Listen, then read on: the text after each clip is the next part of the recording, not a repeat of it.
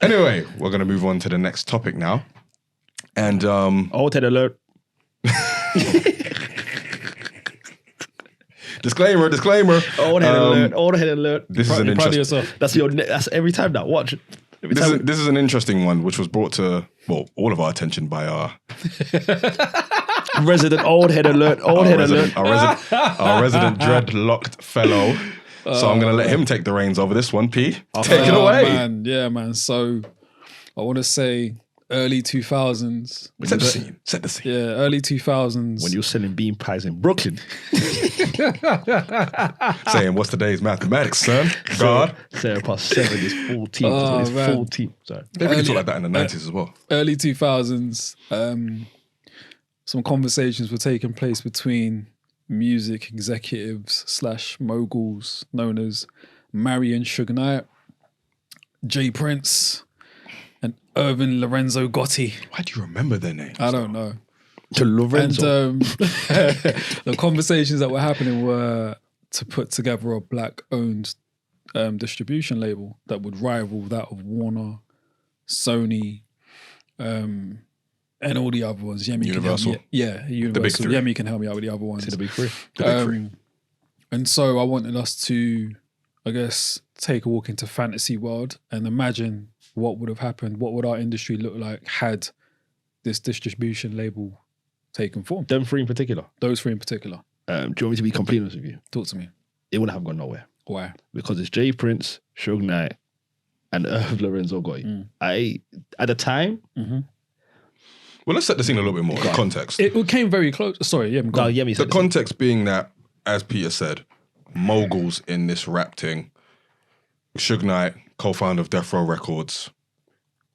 J Prince, co-founder of Rap A Lot Records.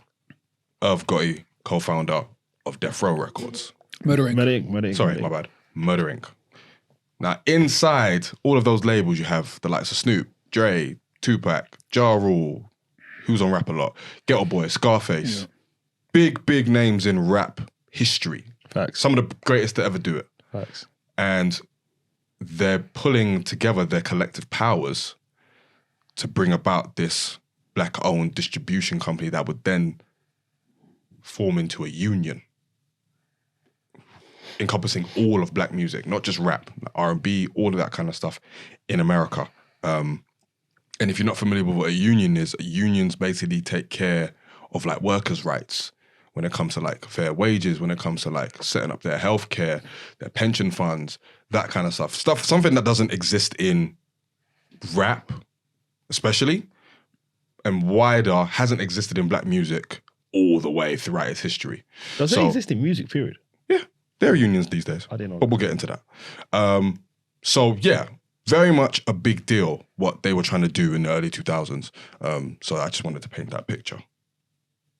Yeah. As you were saying, Mo. Yeah. No, I was just saying, just to me, it's just, if it was in the 90s, I think it would have been very different just because of where the artists were in that time. I don't know if Suge Knight had the power in the 2000s. He did. Did he? Because he had just come out of prison after Tupac had died. So did Suge Knight have he still had 2000s? like, I heard he still had like about 200 M's. It could have run. Oh, for real? Yeah. And apparently they were willing to put between them, amongst them, like 30 mil each into this. Okay, cool. The reason why I said no, just me mainly, is because of the pulling power that Suge had at that point. You feel like Suge was the problem? I feel like Suge Knight respectfully should never run a label. And there's no two ways about it. Suge Knight used to give people two options. Either you get punched up or people are about to piss and you're going to drink the bowl. Suge Knight had no reason. Allegedly? This was Corrupt that said it on Breakfast Club. Numerous sources have said that. Yeah. Too. Oh boy, all right. Yeah. Not so allegedly then. But like, to me, it's more Suge Knight than it was. If it was any other three people, like let's just say you said Hov, Irv Gotti, and someone else, then the context of the conversation changes. And do we need it? Yes, we do.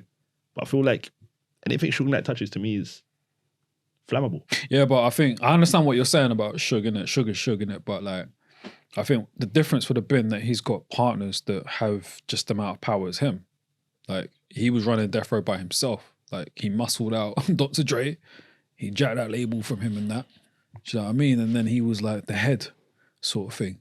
So he had so much like elbow room to do what he wanted to do with that label. He could run that shit like he wanted to run it, and he did. You don't think whereas with the distribution thing, like bro, he's got like equal partners that have just as much say as him. You don't think it and passed it's not a label, like it's a distribution that's completely different than like a subsidiary, like a Death Row, a Def Jam. It's very different, isn't it? So I don't feel like, yeah, cool, he still could have been acting like he was acting, but I don't know, I just feel like it would have been harder for him because of the people he was in partnership with. I just feel like in the side, go. I just think it's very interesting. As going into the mechanics of it a little bit, the idea of a black-owned distribution company, because ultimately, a lot of distribution companies in the present day work with record labels, or let's say an artist is signed to a record label, but they might not necessarily have their distribution done by the record label. They might go to another distribution company that might be in the record label. So let's say like the Orchard, they work with Universal, and they're very much a distribution company as well. So they work within that umbrella. So it would have been very interesting to see how that worked, because it's not a traditional label. It's not like artists are signing with the label and the label is taking care of every aspect of it. It's mainly just a distribution. So I think in some aspect they probably would have had to work with labels anyway, like the Universals, the Sonys, the Warners. I think so. They would have. I feel like there would have had to have been some kind of communication or some kind of like action with each other. Did they have it that monopolized? For the reasons I've just said, like a lot of distribution companies work either with the labels or work under the umbrella of one. So unless you're an independent artist, it could be a thing where you work with a distribution. But at the time, there weren't that many. You know what I mean? So I don't think it's a thing where they could have probably maybe enticed people out of record label contracts, which is another beast entirely, to solely become independent and do the distribution thing. I feel like the way the music industry was set up back then, I feel like it would have been impossible for them to not work with the labels in one way, shape, or form. On another level. Yeah, because the climate wasn't really encouraging really like independence. I mean, we saw what happened with Prince and stuff, and even that was a madness for him. So I feel like just mechanically, I don't know how it would have been able to survive without working with the labels, you know? But the Prince situation is a bit different, isn't it? Because that's pop. And Prince is like, he's different. But in hip hop, I think it could have run, you know? I think it definitely could have run. I think it could have set a precedent for what was to come, because like Rockefeller, even though they were under the umbrella of Def Jam, like a label like that, I feel like could have been enticed to being distributed by whatever their corporation would have been. I think quite easily, because they would be of the mentality of independent thing and maybe a larger slice of the pie. But in that example, Rockefeller still reports to Universal. So the black distribution company would have to work with Universal. Unless Rockefeller. Unless Rockefeller didn't renew with Universal and decided that they were going to go with this new company. Of course. Yeah, that's what I'm more so saying. Okay, well, I mean, yeah, in that scenario, yeah, cool. Yeah. But if it's a thing where they're very much tied into their deal with Def Jam and Universal, and they then want to do this, they either would have to wait until their deal is done, or if they wanted to do it anyway and maybe strong arm themselves out of the situation that they're in, maybe they do it that way. Listen, man, Suge was helping strong arm a lot of people out of their contracts. Man. Jodeci, Mary J. Blige. He had experience in doing that, man. So I don't think it would have been difficult. I think come 2000. But then he just would have made a lot of enemies, and what happened? He can't have any more enemies than he already had. But what happened to him? That's what the problem was. That's why it wouldn't have worked. What you just said now. You think, all realistically, let's just say Rockefeller. You think Hov will leave to go sign with Suge? In all honesty, it's not just Suge though. But regardless, Suge is now your boss. It's Jay Prince as well, and Jay Prince. Irv Gotti. You think Hov is in respect? Like, there's no way. There's no way. Like, I could see. And to that point, I watched a video about this on YouTube. I'll put the link in the description of this episode. And there was a comment on the video that said, as great as this idea is, there's no way Suge and Jay Prince could pull this off without extorting, strong-arming, and or robbing the artists. Feds would have come knocking before long anyway. So I guess it's a case of their reputations kind of preceding them. And their reputations meaning that maybe other people were maybe too scared to really get into bed with these people, or what happened and what ended up happening would have happened anyway, sort of thing. So it's very hard to imagine how it would have got off the ground, to Mo's point, with those guys in particular. Okay, all right, cool. So let's say it did. Yeah. let's say it actually like was a known distribution label now, and they were And union. Yeah. How do we think if like our artists, our most prominent artists, started like going independent, creating their own labels, and then being distributed by them? How do we think hip hop would look? Because then by doing that, essentially you're the I guess the white man that's like kind of been within the. Do you know what I mean? They're not so much in it. Inverted commas, white man. This is where it gets techie. I don't think they care. I don't think they're looking at. It's easy to sell us the black dream and be like, oh yeah, all for one for all. I think the minute the money comes in, I genuinely think it will just whatever's popping at the time. It's a money game. I genuinely feel it's a money game. So I think if whatever's going on now, let's just say they were running today, and Suge was outside, Prince was outside, and Irv Gotti was still relevant, and these guys were just doing whatever they need to do, and Little Dirk was popping, the Babies were popping, all of these guys were all popping, and all of them were under the umbrella. The same music is going on today. I think no, but okay. Let me ask a bit. What I was trying to get at with my question was just. Well, let me answer the question first. It changes the game.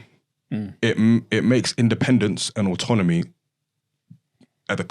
in your fingertips. Like you're able to, as you say, create a record label, get it distributed through this company, and you keep all of the money within your community. The white suits and the labels would have been very, very shook because they then don't get a piece of that pie. That's a fact. And you essentially do have a rival for all of what you're doing in everything that all the artists and the distribution company is doing. And to the point of the union, completely revolutionary. Like, you think of people like Biz Markie and Black Rob and DMX, who sadly passed away under very bad circumstances. That probably doesn't happen if the union happens. Healthcare is guaranteed, a pension's guaranteed. You know what I mean? Even if you haven't made a hit record for 10 years, you're still eating off what you were doing 10 years ago, sort of thing. So everybody is better financially, health-wise, mentally probably.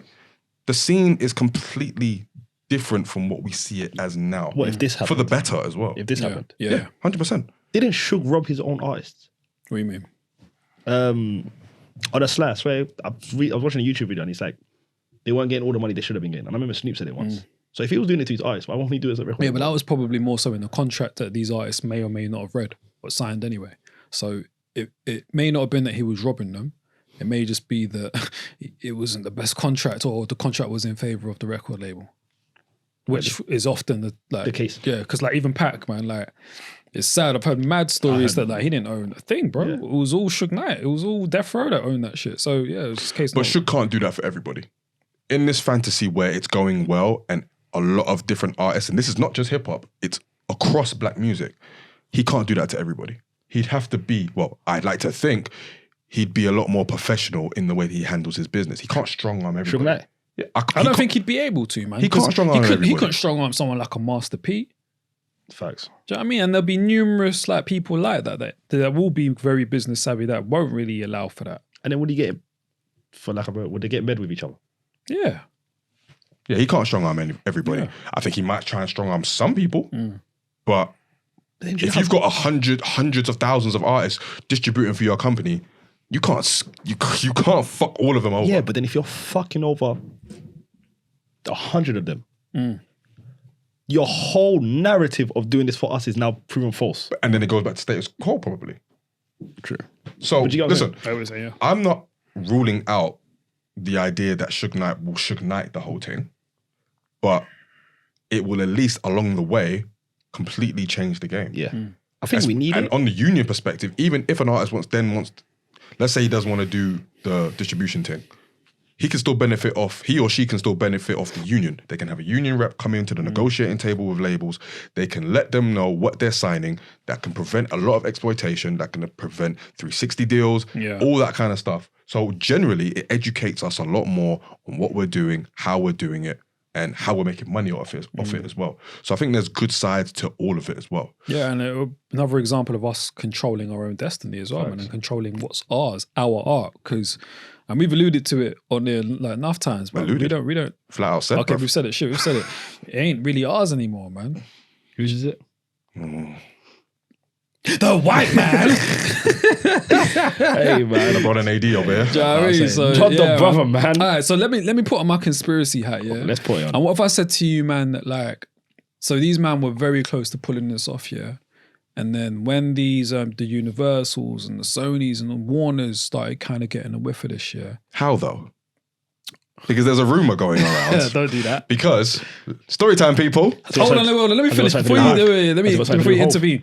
Wait, hold on. Let me. How did I know? I Wait, didn't even know the story. Let him talk. Let me finish.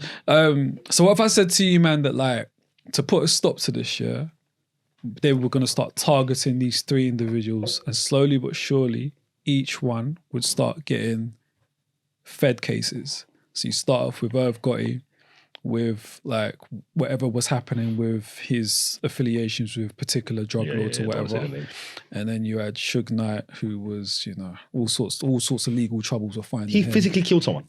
This was way before that. Yeah, that was later. That was way later. And then you had Jay Prince that was also being investigated.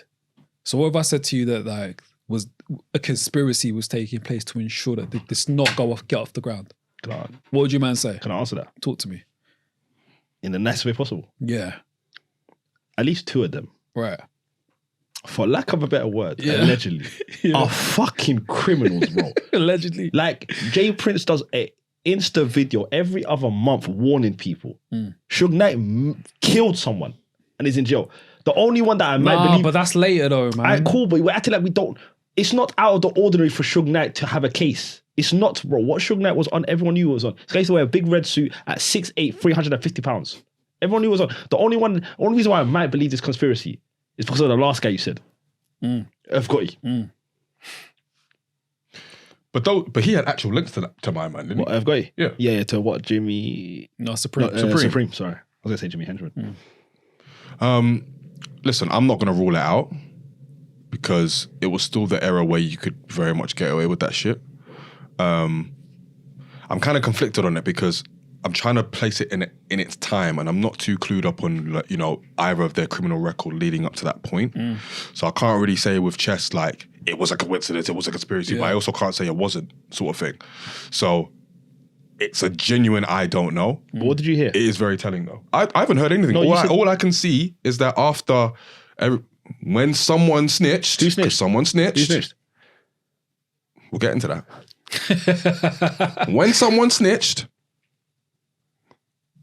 Fed cases started. But we don't know popping up. we don't know if that's true. We don't know.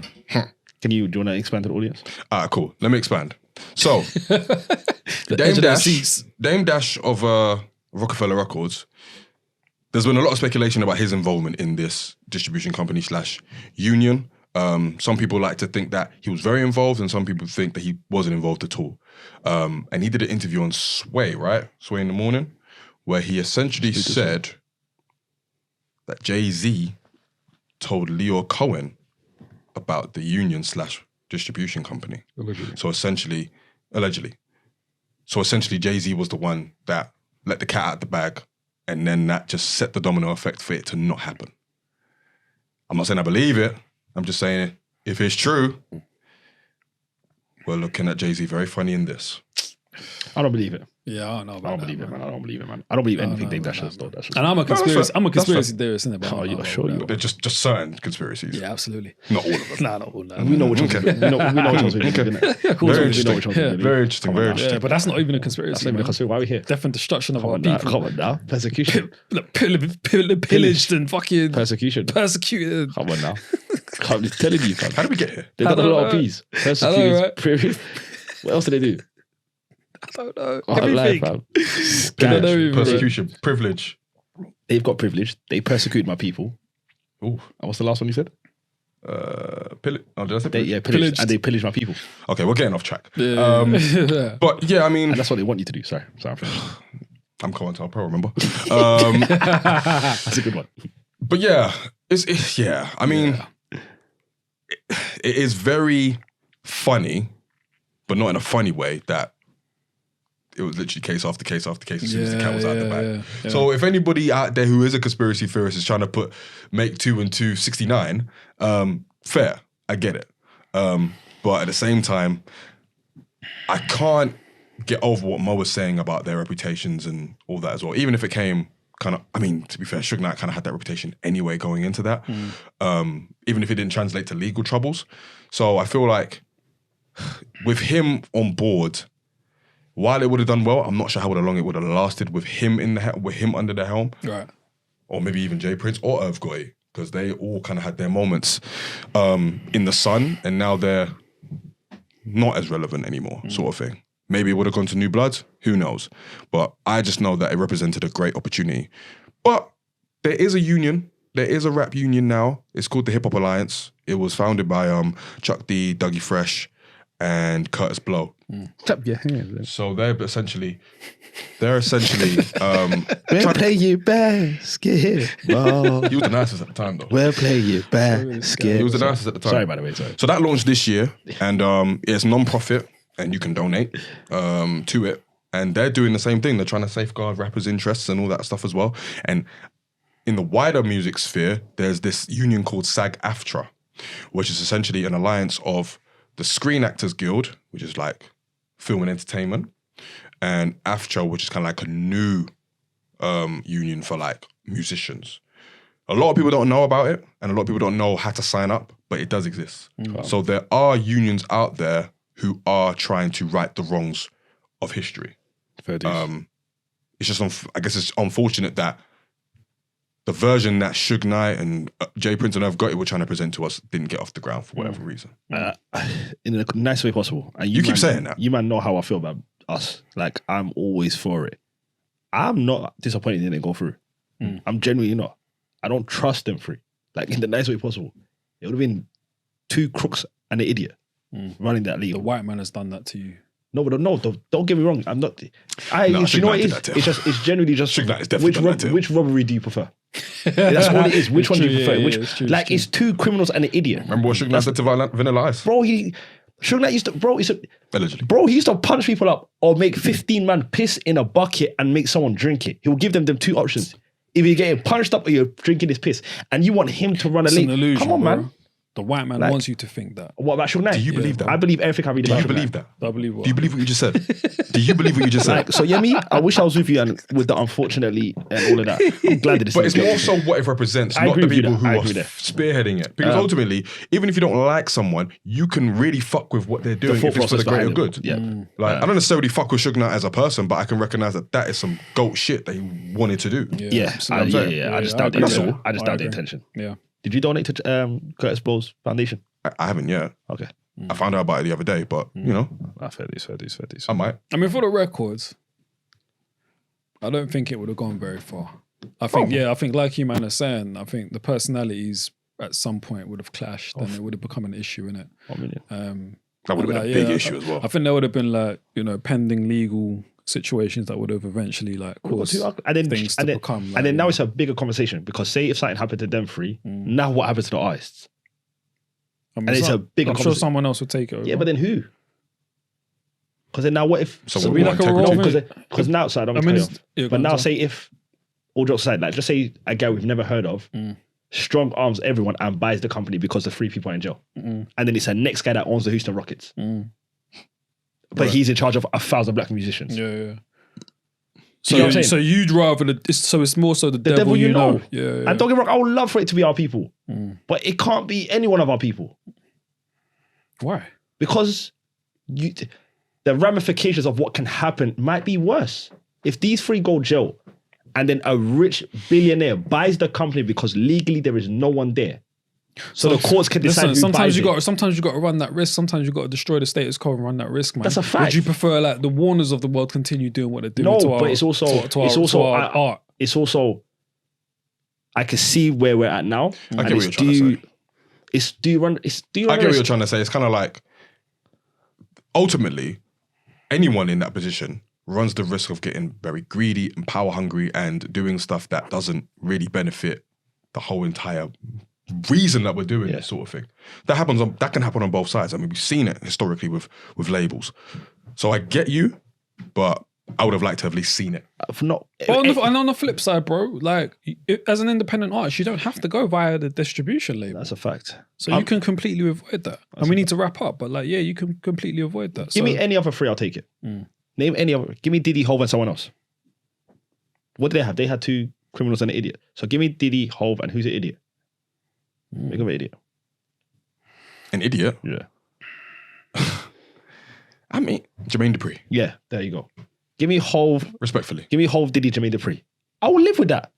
It's just them 3 is... I'm telling you, it's 2 demons, bro. It's a recipe for disaster. Yeah, man. Like, I didn't want to talk, like, Jay Prince. Look what Jay... you could edit this out allegedly, but like, look at Jay Prince doing... He's sending videos to Offset. His cousin does that. Like, we've got 5 minutes. Man. No, like, no. We've got like, 5 minutes, man bro. don't do Let's this. No, wrap up, no. man. I refuse.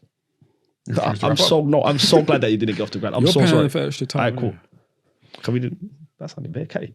No, I'm saying you're paying for extra time, innit? No, I'm just saying. I'm very glad you didn't get off the ground. Respectfully, I'm sorry. I wish it. I can't even hide that, man. Fair enough. But, you know, I love the idea. And listen, everything happens for a reason. It didn't happen for a reason. Maybe the Hip Hop Alliance can pick up where it left off and actually affect and generate real change for the hip hop game, but for black music generally. So salute to them and salute to all the unions out there representing workers, musicians, everybody in all walks of life, trying to get their slice of the pie.